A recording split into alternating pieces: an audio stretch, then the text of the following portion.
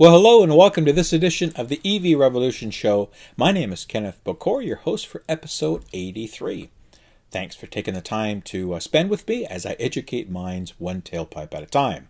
Now, this is a special edition show. This is some coverage of the Canadian International Auto Show here in Toronto that occurred a couple of weeks ago back in February. I went down for Media Day and got an interview, attended some of the keynote functions that happened, and also some of the vendor presentations from some of the manufacturers, and poked around to see what I could see. So sit back, watch the next 10 or 15 minutes of video here on some of the things that I found and some of the talks, and then I'll come back to you at the end with some opinions.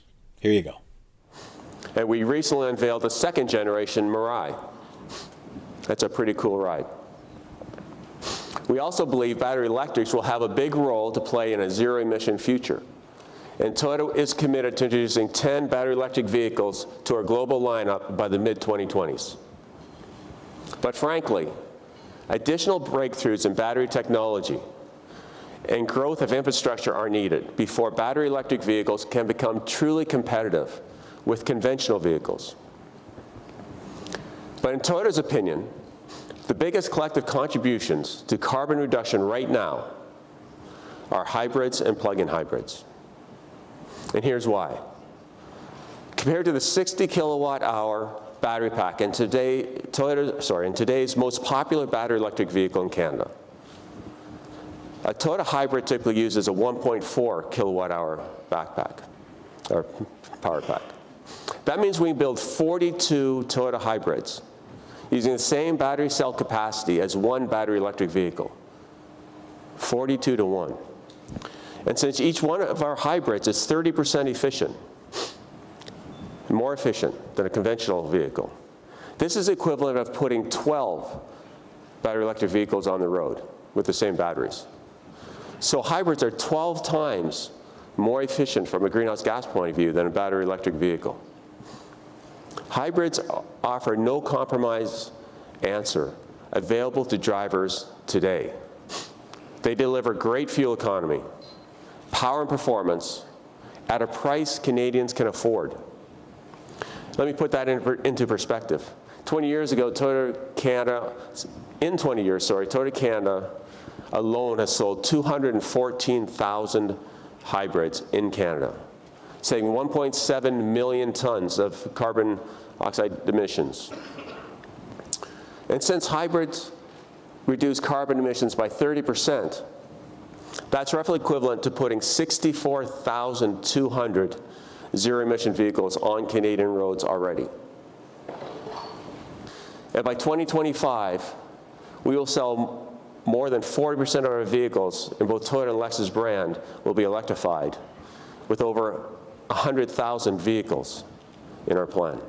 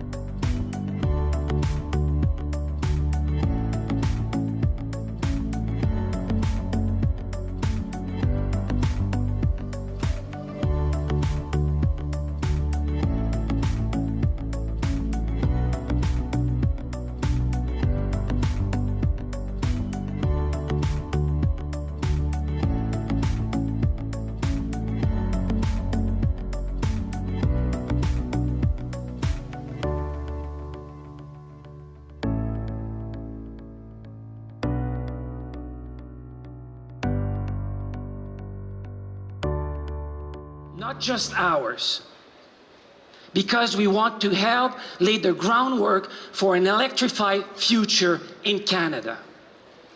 Our target is to sell over 1 million EVs worldwide per year by 2025, and we want to be completely carbon neutral by 2050. We are reevaluating all aspects of our business and have already made the decision to stop production of combustion engines by 2040. Our production facilities are being streamlined. Our manufacturing methods are being optimized, and we're working with our suppliers to ensure that our environmental impact is minimized at every level. This also includes recycling programs to ensure we leave as small a footprint on this earth as possible. Our goals are ambitious, but we will not stop until they're met. We've learned, we've grown, and we don't just want to be part of the change. We want to be the change. There's even more to be excited about. In the year 2025, Hyundai Motor has committed a massive $51.3 billion in research and development of our electric and eco vehicles. In the not so distant future, we'll have 16 battery electric models under the Hyundai brand alone. Now globally, we want to achieve annual EV sales of 670,000 units. Now the technology for much of this success will be our 800-volt modular platform, which promises to be far superior to anything our competitors have in the works.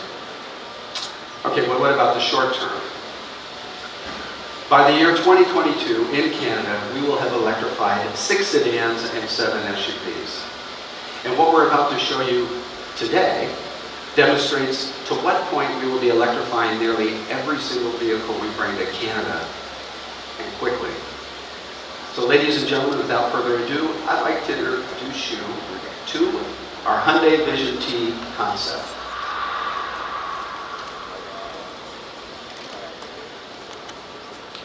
Okay, you can applaud it now. There we go. Is that something? An SUV and EV strategy is not mutually exclusive. Well, the Vision T is no different. It's really actually even closer to becoming a reality. I'll leave it at that. Dynamic, sporty, muscular, the Vision T compact sport SUV points to one of our upcoming core vehicles, taking us really to that next level in SUV design. As the future of mobility is undeniably electric, and it is undeniably electric, the Vision T is powered by a plug-in hybrid technology. And of course, another key element in today's world is electrification. And you heard a lot about that this morning. 2019 was a big year for us in that space as well. We delivered 3 times as many hybrid electrics than we did in 2018. Nearly 1 in 5 of our vehicles were electrified. We are well on our way towards our goal of electrifying every vehicle in our lineup by 2025 in a way that is efficient and effortless for our guests. So what does that all mean? The standardization of LSS Plus, the rollout of next generation connectivity, and the significant spread of electrified powertrains in our offerings are today's proof points of our push forward into the future. And here in Toronto, we are absolutely thrilled to hit the fast forward button and share a little glimpse of our vision for the future.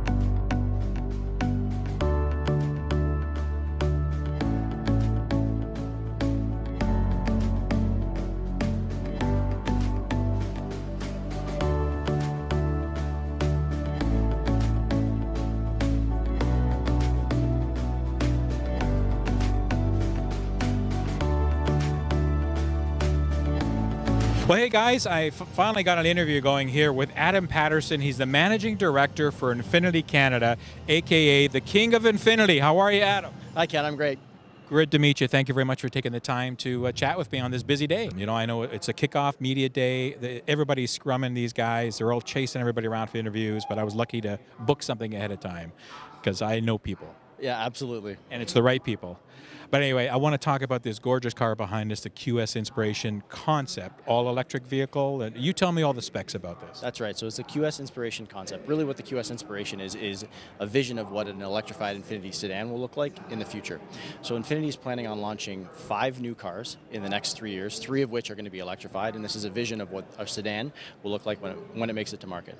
Well, you know, for a vision, it's just a gorgeous looking car. And you know, I just by looking at it and the quality that I can see it, this looks like just something that rolled off the line. I mean, so what's the thought behind the inspiration for the QS Inspiration? So what you'll see is it's a sedan, but it looks very different than the sedans that we have on the floor in the market today.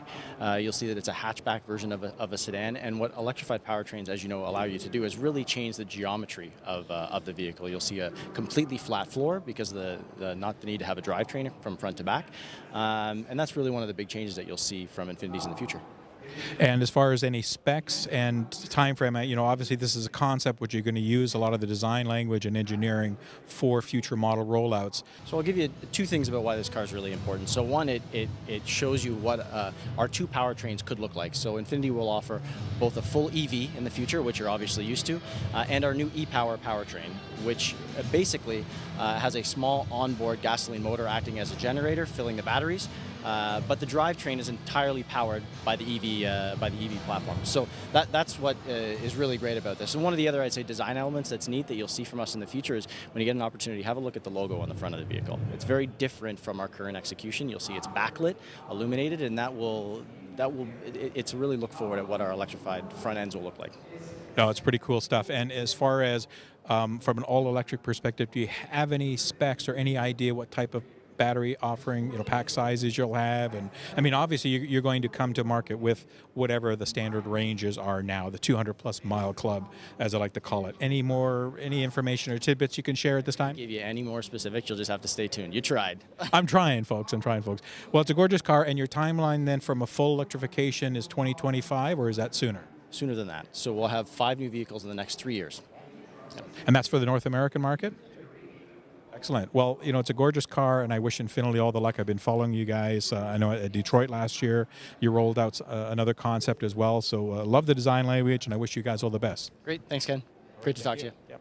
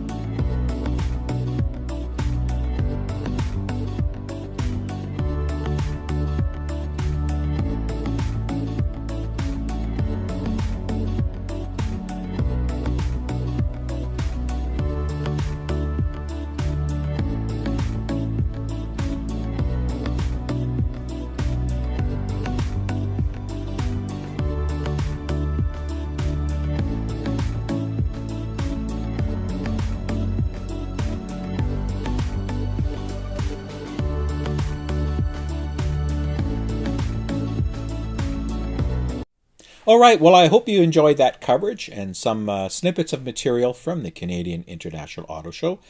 Overall, it was a good show. It's my third year attending as press, and I think the summary that I can provide is there were more plug-in hybrid electric vehicles that were being talked about and shown at this show than there were all-electric battery-only vehicles. And that kind of makes sense because we're in a bit of a gap year. I'll call it a bit of a gap year where we're in between models, and as OEMs ramp up even more to release more models, as you've heard in a lot of these talks over the next few years, that's occurring now as they ramp up and retool and all that kind of stuff. So my overall sense was it wasn't as EV-centric as it was the year before. I thought 2019 was a stellar year for the Canadian International Auto Show, specifically around EVs, but it was okay. And it's good to see that there still is momentum, a little bit of slowdown because as manufacturers, as I mentioned, retool. But anyway, hopefully you enjoyed that and learned a few things. All right, and that's it for this edition of the EV Revolution Show, episode 83. Hope you enjoyed that, and thank you very much for watching and for, of course, commenting. If you are liking it on YouTube, I appreciate that. Of course, I always get a few thumbs downs. I can't please everybody. Oh well, if you don't like it, then don't watch the show. I don't know why I keep getting thumbs down for people that tend to still watch the show and give me a thumbs down, but whatever makes the world turn, I guess. I do appreciate comments. Keep them coming. I always look forward to them, and thank you very much for watching. And if you have not subscribed, I please ask you to do so. It doesn't cost anything. It's absolutely 100% free, and I won't annoy you with all kinds of stuff if you do. So thank you very much. Also, very humbled for my Patreon supporters. Thank you very much for that.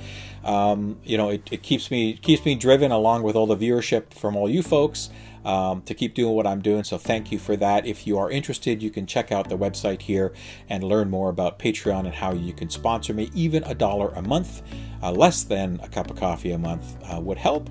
Or if you have a cup of coffee or a couple of cups of coffee you want to sponsor me, that would be great to help with my efforts as I'm getting more into things and trying to get into coverage and travel and all this kind of stuff.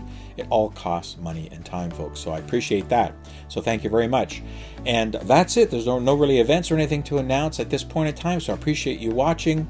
Again, if you're out there talking about EVs, please do so. There's not only myself, there's other people that do this. There's wealth of information to draw upon, but I do thank you if you're out there, of course, helping to spread the message of the EV landscape. So until the next show, I hope everybody stays safe. I know the coronavirus is now getting much more serious and much more attention, so please take precautions where you need to. And until the next show, I'll see you when I see you. Take care.